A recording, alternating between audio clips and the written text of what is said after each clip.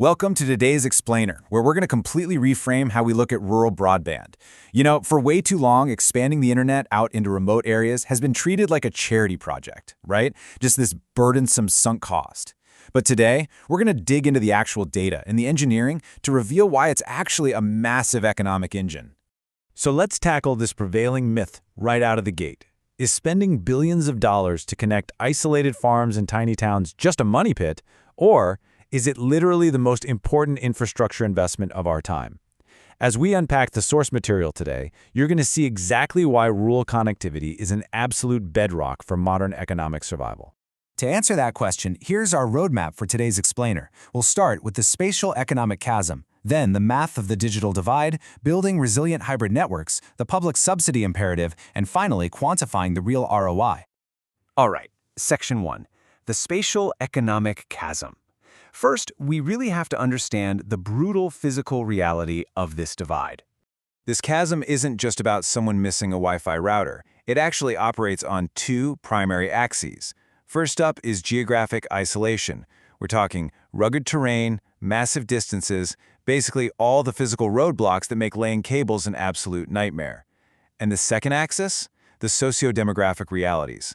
That means affordability, digital literacy, and the very real economic barriers that keep people offline, even if the physical infrastructure happens to be there. And without a good high-speed connection, these areas face a vicious self-reinforcing cycle of economic stagnation. Think about it. Your high-value knowledge workers and young entrepreneurs, they leave for connected cities. That's human capital flight. Without broadband, modern homebuyers won't even look at the zip code, which causes a measurable drop in real estate values. And as those businesses and people pack up, the local tax base just erodes, making it even harder for the town to fund basic services. It's a tough spot to be in. Which brings us to Section 2, math of the digital divide. Let's crunch the numbers and look at the economic hurdles here. Imagine deploying fiber in a dense city versus out in the country. In a city, a single mile of fiber optic cable might pass hundreds or even thousands of homes and businesses. That upfront capital expenditure, or CapEx, gets absorbed super quickly by all that density, giving you a really fast return on investment. But rural networks? Sometimes you're looking at fewer than 10 households per square mile. The math just completely breaks down. $20,000. That is the Rural Cost Per Premise Passed, or CPPP, and it is staggering. In a city, running fiber past a home might cost, $500 to maybe $1,500. Out in a rocky, isolated area, that number easily leaps to $20,000 or more per home. When you run the financial models, a private operator relying on a standard monthly subscription fee would need 50 years to see a return on that investment. 50 years! That's an indefinite ROI horizon that private capital simply won't touch on its own. Now you might be wondering, well, why can't they just use the old phone lines? Well, our source material explains the physics behind legacy DSL. Old copper wire is governed by really strict physical limits.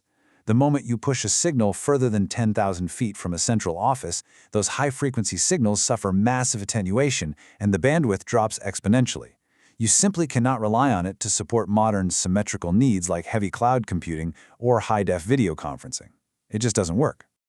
Moving on to Section 3, building resilient hybrid networks. Let's explore how clever engineering is bridging this exact gap.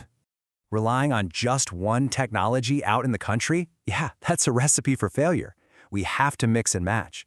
Fiber to the home is obviously the gold standard for bandwidth, but it takes years to build and costs a fortune.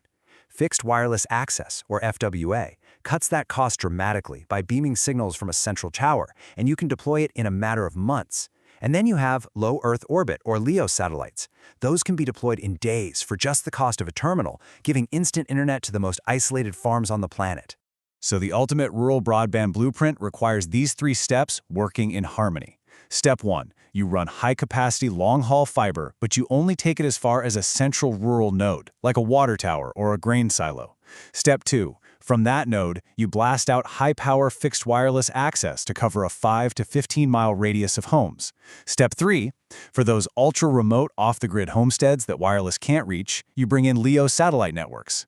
This hybrid approach entirely bypasses that insanely expensive last-mile trenching, while still giving you fiber-like speeds. All right, Section 4, the public subsidy imperative. Because even these smart hybrid networks require a ton of upfront capital. Let's be real. A 50-year return on investment means private companies just can't justify these builds. The source text actually calls this the business case deficit.